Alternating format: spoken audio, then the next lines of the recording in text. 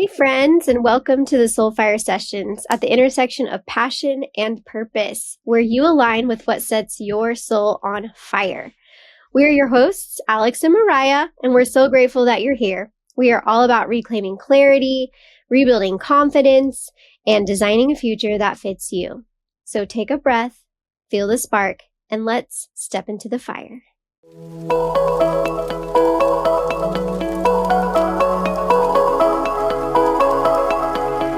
Hi, friends. I am all alone today. Mariah was unfortunately unable to join us, and so she is with us in spirit today. And we are joined by the lovely Cheri. Hi, Cheri. Hello. Thanks for having me. Yes, thank you for joining us. I'm so excited to have you. So fun. I'm excited to be here. Good. Well, Cheri is my good friend, and she's a digital marketing specialist, and she's owner of The Detailed Way. And so today we're going to talk about something we haven't quite yet talked about on the show, and that is sort of like a personal marketing and branding vibe today. Yes. Yeah, I'm so excited. It's going to be good. So, Cheri, we're going to dive right in. And the first question I want to ask is, just tell us a little bit about yourself and your journey to becoming a marketing specialist. All right. Well, I got my degree many years ago in psychology, and really had intended to pursue dance therapy as a career. But when I was filling out applications for grad school, I was like, I really don't want to go to school anymore. So I didn't. For better or worse, it is what it is. And just kind of got started really doing, I was in retail at the time and through college. I worked for Pier 1 Imports and did assistant managing for a while. And then I did some admin work like project management or project coordination, executive assistance, operations management, kind of like all through the years. And then, through that did some marketing as well, and decided to go out on my own for my own business, and really loved the creative side of marketing. And how it ties into psychology and telling stories and things like that. And so I just dove in to learn everything I could about marketing, and just have really loved supporting clients with their marketing, helping them tell their story of their brands and their businesses. And, it's intimidating to a lot of people. And so I like just meeting them where they are and helping them in that way. So yeah. That's awesome. Good. Thank you for sharing your journey. That's awesome. Yeah, from psychology to marketing. I like it. I know. Well, you talked a lot about, helping organizations and companies with their marketing, and that sounds like the majority of what you do.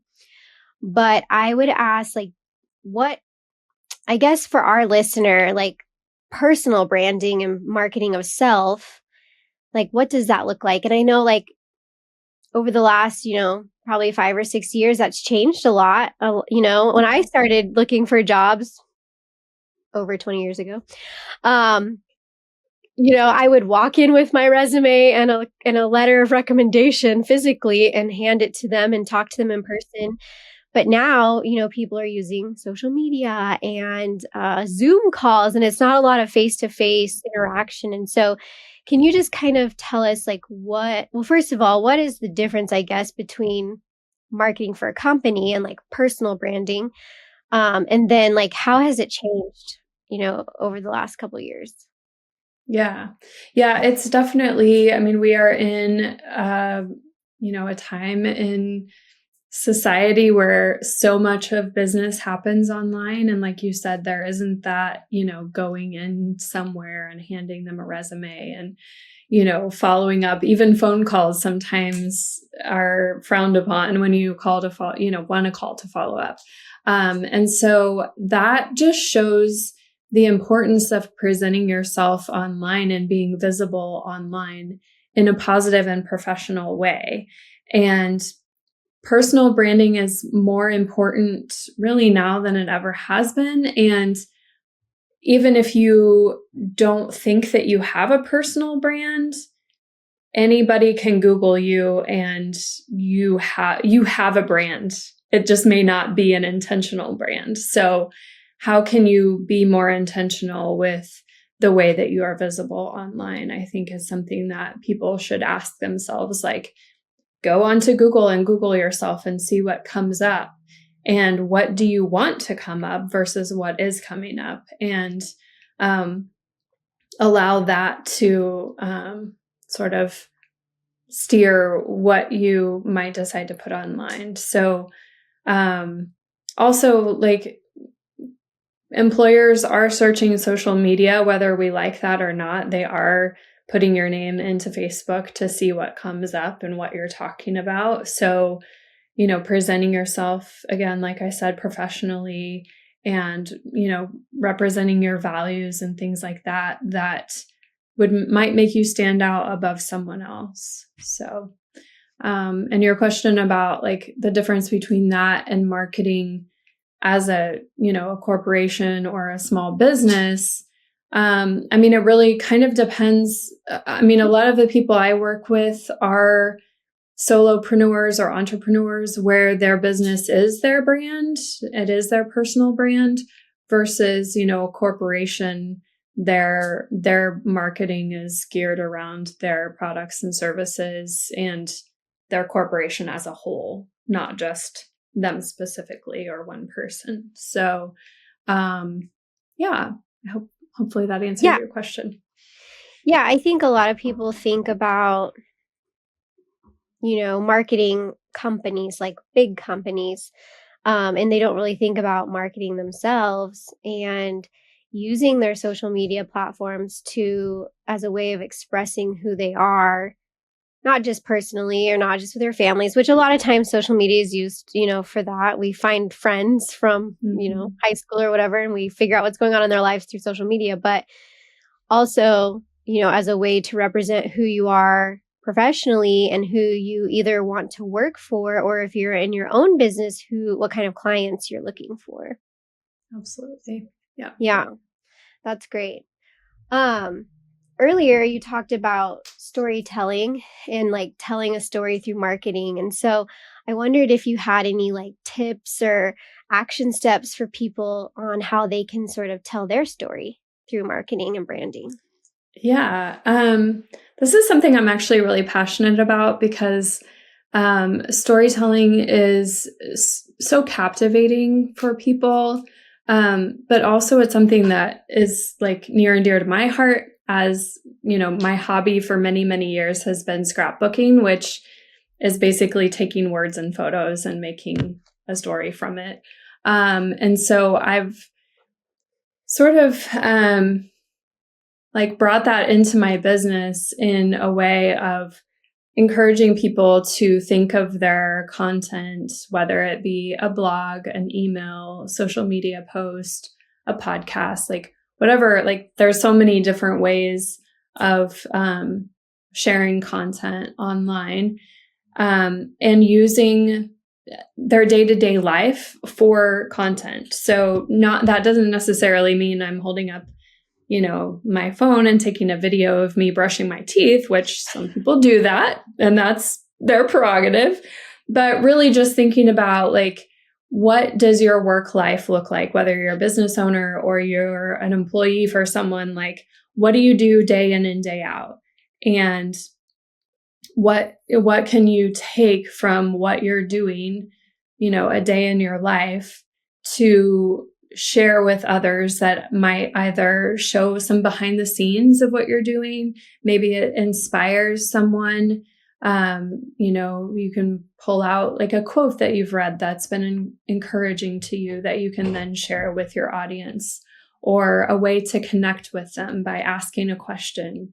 and then educating them with your knowledge, your zone of genius of like 3 ways to whatever, or 5 tips for something, like thinking of it in those kind of content buckets, which I call dice, and using that to sort of just get you started in telling your story. And so that's one way I've found that works really well. That is kind of a simple way to get a jump start to telling your story and getting you started. I like that. I think we see that a lot like with influencer videos and even just their posts, if it's just a picture that captures a moment, or, just a quick 30-second video of them behind the scenes. And I think that's really cool. It kind of gives people a holistic view of the person and not just what they see, in the moment of them doing the thing that they do. It's like, for example, we could do like a behind the scenes thing for the podcast, like whether it's a picture of my workspace or a video of me prepping, or we have a funny scene that we have to cut out and we like play that funny bloopers. scene, yeah, the bloopers. Yeah, exactly. That's funny. That's Do cool. you think that, because I know some people are new at this, and I don't know, when I sort of started increasing my visibility online, I was watching a lot of people that I follow. Like, what are they doing? What's working well for them? What's something I don't think that I would like, or what's something that I would like to try? And I think we kind of have to live and learn when we do it. I'm sure there's going to be things I look back on later, like that was cringy, and I probably should never do that again. But what kind of like, have you seen mistakes or like things you think people should avoid doing? Oh, that's a good question. I mean, I think it's really, and this is my personal, this may not be a popular opinion, but I think it's really up to the person who is sharing it. Like, you have to decide for yourself what you're comfortable with. And, some people have no problem, bearing all online, and oversharing. In some, some people might see it that it's oversharing, and others are, that's they're being authentic. As someone who's an introvert, I have a hard time oversharing or, that sort of thing. So, which I don't think there's a right and a wrong necessarily. I think really it comes down to experimentation in some ways, but then also like looking to see what is resonating with your audience and doing more of that. And, going viral is a big term right now. And, I'm not necessarily a big proponent for that. I think there's more value in slow growth, because a lot of times things that go viral, it's not necessarily your audience that's following you. It's, you had one really cool video that got a lot of attention, but are those people who are now following you, are they really your ideal audience? Or is it just a bunch of random people because you had a cool video? So I don't necessarily think there's a right and wrong. I think everyone has to sort of decide for themselves what they're comfortable with sharing online. Yeah, I like that. And I heard 2 things that really stood out to me. One was, experimentation. And so I think that's going to take courage, especially for people who are like you and introverted, or like me. And I'm not necessarily introverted, but I have never really done it. So there's sort of a little fear of maybe rejection, or like nobody's going to really care about what I have to say. So having courage sounds like something people need to do when they're trying new things. Yeah. And I think too, in some respects, there's a little bit of, the generational differences too. Like, people of, our generation aren't as comfortable, presenting ourselves on video. Whereas, the younger generations, they live for that. And they have no problem doing that because that's the world that they grew up in. Whereas for us, it was not that way. This is still kind of new for us. Yeah. And so there's that too. But I think there's something to be said for getting yourself out of your comfort zone occasionally and doing that experimentation. And maybe it doesn't go well the first few times, but over time it will get easier and you'll get more comfortable. And so, yeah, I just encourage people to step outside of their comfort zone as well, including myself. Yeah, same for sure. Yeah. Okay, the other thing I heard you say earlier was authenticity. And so being authentic in who you are was sort of your answer to that question about like mistakes. Like, I think the biggest mistake that I would take away from that is being inauthentic to who you are. Because even though like some people put on personas or they have like a thing and that's just their thing, eventually, like that might not be your thing anymore. And that's not who you are really. That was just kind of like a ploy or a game to do something to be viral or whatever. And so I think being, authentic in it is important as well. Yeah. And there's definitely, there's things that are trending that sometimes we want to jump on those trends because it is a trend and it might get attention. But I think too, like there's something to be said for just being yourself and presenting yourself in a way that isn't necessarily jumping on trends. So I do a little bit of both because I think it's kind of fun sometimes to try out a trend and see, but just see how it feels. But also, we live in a time where people know when they're being sold to as well. And there's more desire for authenticity too. Like people don't want to just be sold to all the time on social media. They can see through that. And really it's called social media because it's about building relationships.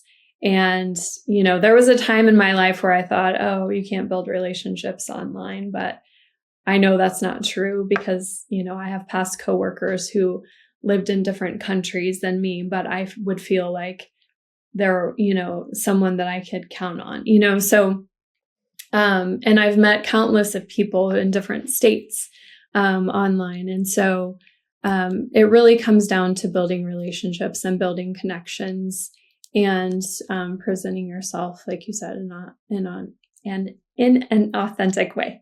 Yeah. I think it's okay to do trends too if it's something that really resonates with you, because that's still being authentic to who you are, but then also sort of like jumping on a little trend wagon and just having fun with it. I think that's fun. Yeah, absolutely. As far as community goes, like you were saying building relationships is important. So when I'm marketing myself or sort of branding myself, talk to me about how like networking would help with that. Yeah, 100%. There's so many different online and in-person ways to build community. There's in-person networking groups. There's, business groups. There's social groups, different ways that you can get connected in your community. If you are building a business, you can get involved in like your local chamber of commerce, things like that. Online, you can join a Facebook group that is, geared toward whatever it is you're passionate about. There's also tons of online networking groups that meet via Zoom, and you can get to know other business owners that way as well. It's really exciting that, we live in a time where the world feels so much smaller because we can connect in this digital way and not have to be in the same city. So, yeah. I think it's good too. Like networking with people gives you different perspectives. And sometimes we're very stuck in our own little tunnel, which is fine because we know what our values are. We know what's important to us. But I think also learning new ways to present yourself or different ways to say something, right? Like I guess an example would be, I've been in higher education for so long and now I'm stepping out of higher ed. How do I make those skill sets that I have transferable or reword them so that maybe somebody outside of higher ed understands what I did? And Mhm. so, finding people that have done what I've done or have paved this path that I also am going down and having conversations with them about those types of things kind of helps you sort of tell your story too. Mhm. Yeah. Yeah, for Yeah. sure. I love that. Um, okay, well, I want to pivot to something that's really kind of a big topic right now, and that is AI. Mhm. Everyone knows what it is. Yep. Everyone's talking about it. We all, not maybe all, a lot of us use it to help us.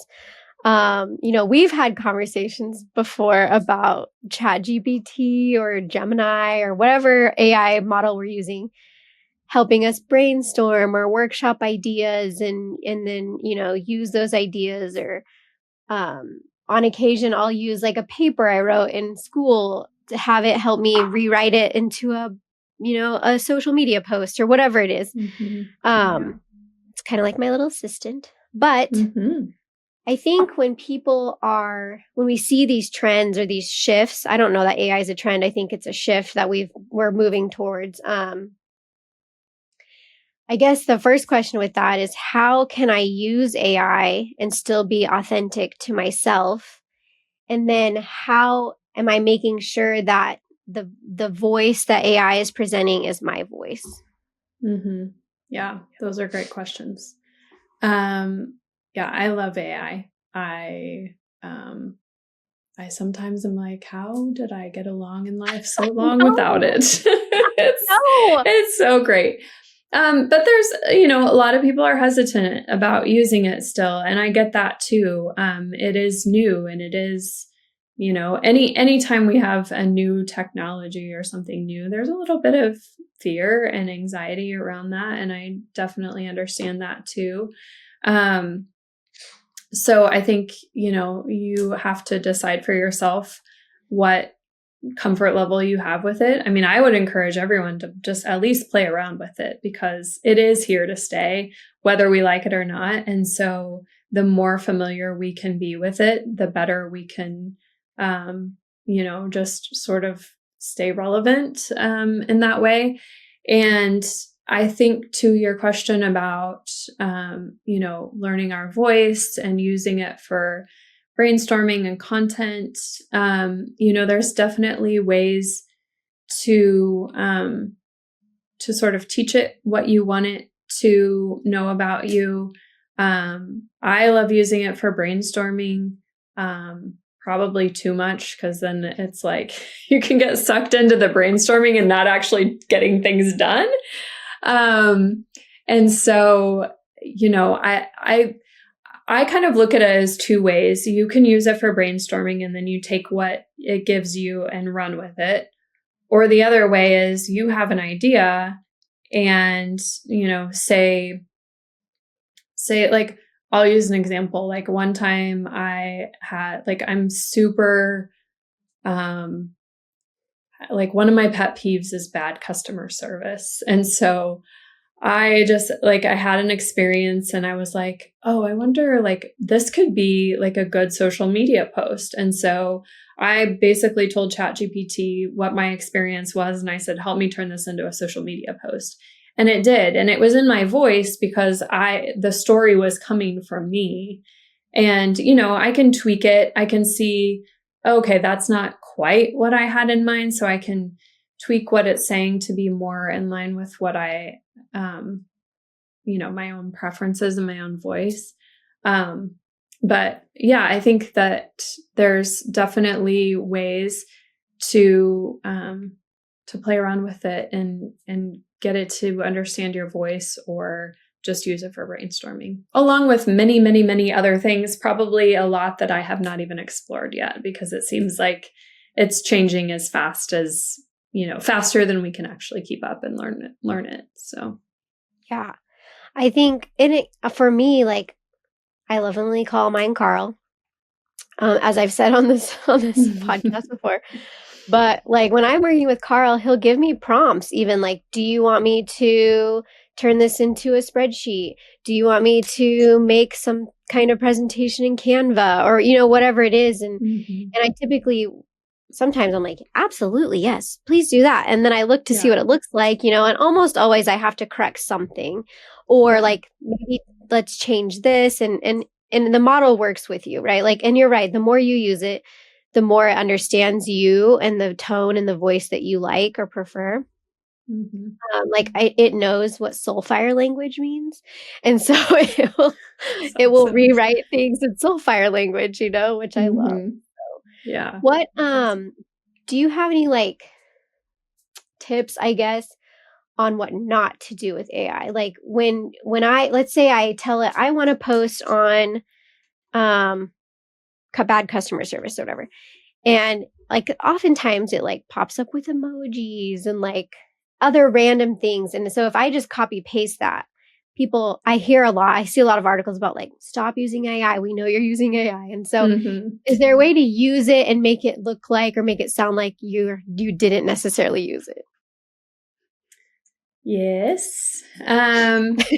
So there's probably things that I don't. Well, there are definitely things I don't know, but here's what I do know. Emojis, a lot of emojis, like that's definitely AI flag. Also M dashes, it likes to use an overabundance of M dashes. I typically clean those up. I'll add a period. I'll make it 2 separate sentences. I'll add a comma. I'll tweak the wording. Also, it likes to capitalize hashtags, like as if you were writing the words instead of all lowercase. I would there's a lot of also like comparison. So it's like, you don't want this, you want this, or, like some of that in there as well. So I think, anytime that you can add your own voice to it, to make it more authentic, it's just going to build credibility. That also sometimes it'll add quotation marks. Obviously, you don't need those. And so I think, it's a great tool. It's huge time saving, but take the few extra minutes to tweak it and make it more authentic to what. And also the other thing is a lot of times, it will come up with ideas that maybe just aren't practical or like sound really cool, but like, is that really what you're able to do? Is that really what you want to say? And again, it's experimenting, have fun, test it out. I mean, I've certainly done some posts where it's like, that feels like a stretch, but we'll see. We'll see if this resonates or, a lot of marketing is, people say throwing spaghetti at the wall, and I don't think that's a good approach, but I think experimentation is important. And it's one of the reasons that I enjoy it, because of the experimentation and the creativity that it allows us to do. And if you look at some of the things that are really resonating with people, they're not expected things. Like you see like these weird, random, like talking head things, and you're like, what is this? But it's working, right? So, somebody had to try that the first time to see that it worked. And so, that's take it for what it's worth. Yeah. I mean, somebody had courage to try that and see what happened. And it seems to have stuck to the wall. Exactly. Oh, that's awesome. Okay, well, I kind of want to sum up some of the action steps that we've talked about. And so I'm going to try to remember all the things you've said and then chime in if you have comments. But I think it sounds like Googling yourself is a great place to start to see what's already out there. If you Google yourself and you don't find anything, that might be okay. Blank page, you can start Right. fresh. Aligning your social media presence with your own values and, beliefs, and surrounding yourself with community of people who are on a similar page, or people who have diverse perspectives from you, and sort of helping you see, through another person's lens, I guess. And Mhm. then just being courageous enough to experiment with different types of posts, with, different, I guess, probably, I think, community as well, like stepping out into a new kind of community that you might not have before, especially if you are introverted. Like, let me join this community in person or online and see if that, bears fruit for me. Um, and then just being authentic to yourself sounds like a great place to start as well. Yeah, I think that sounds like a great summary. Awesome. Well, I want to give you a few minutes to just talk about your business and what it's called and all those things. Okay. So my business is The Detailed Way, and I help passionate professionals and creatives with their digital marketing, content marketing. Um, and I also have created a lead magnet with my Dice content buckets. So if you go to my website, thedetailedway.com, you can snag a copy of that. And I'm also on social media, Instagram and Facebook as The Detailed Way, and also LinkedIn. Awesome. Thank you for sharing that. Yeah. So, there are two questions that we ask every guest. And so, I want to ask you those questions now. And so, the first one is, what sets your soul on fire?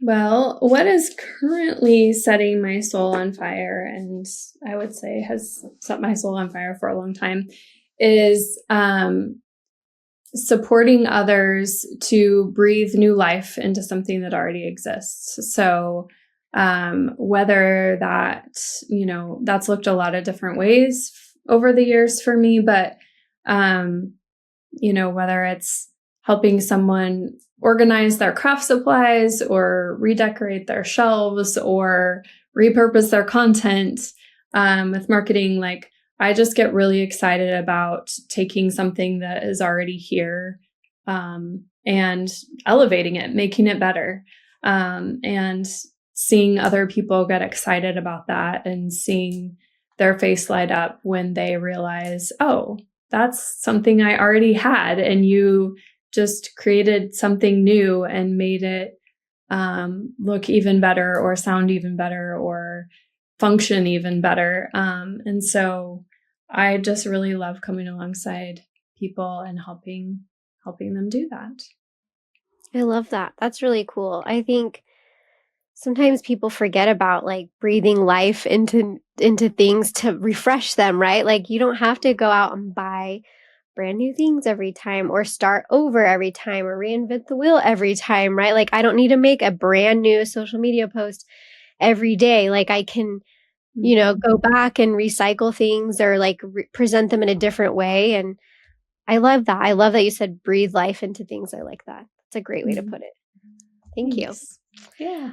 The second question we ask is, what advice would you give someone if they were trying to figure out what sets their soul on fire? Hmm. Well, I think you've mentioned before asking Carl. Yes. But aside from that, I think,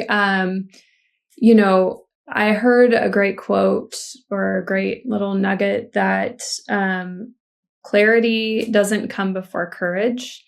And I think that for me, that has been true. So many times when we start something new, we want clarity before we take action. And we want clarity. We feel like clarity is going to give us confidence and courage, but it's actually the other way around. Having courage and taking that first step will bring confidence and will bring clarity and will help us to continue taking the next step. And so I would just say, wherever you are, just start. Like, just put one foot in front of the other and do one thing that scares you, or one thing that gets you a little bit closer to where you want to be. And, it's easy to get overwhelmed by the, where we want to be versus where we are. But if we just take one step, then eventually we will get there. Yes. That's so good. Like, I needed that advice a few months ago. I needed to hear that quote several months ago. I mean, that's exactly what I'm doing right now, right? Like, yep. Okay, I have to step out into faith, but without taking that step, you're right. It's cloudy in my brain, like trying to work a full-time job and do soul fire. And so that's such a good quote. Thank you for sharing that. That was really good. You're welcome. I'm glad it was helpful. I'm like, that helped. I have to remind myself that too. I'm like, I should write that on a sticky note and put it in front of me every day. That was awesome. Well, I just want to thank you again so much for joining us and for being on here and helping people sort of find a place to start while they're branding themselves and telling their own story. And again, whether that's for a passion project, whether that's for a new career or starting your own job, or even if you're in your job, breathing new life into that. So I think that we don't have to just brand ourselves once and then we're done for the rest of our lives. Like, right. We change as people. And so I think it's important to also sort of rebrand ourselves from time to time. Yeah, it's a process for sure. It is a process. Yes. Yeah. Well, if you want to find Cheri online, thedetailedway.com. And she's also on social media, as she mentioned. And if you'd like to find us, we are at thesoulfire.com. We are also on LinkedIn and Facebook, The Soulfire Collective. And on Instagram, we are The Soulfire Co. We just want to say thank you again, Cheri, and thank you to the listeners for joining us today. We hope everyone has an amazing day. Thanks for having me. This was fun. Bye.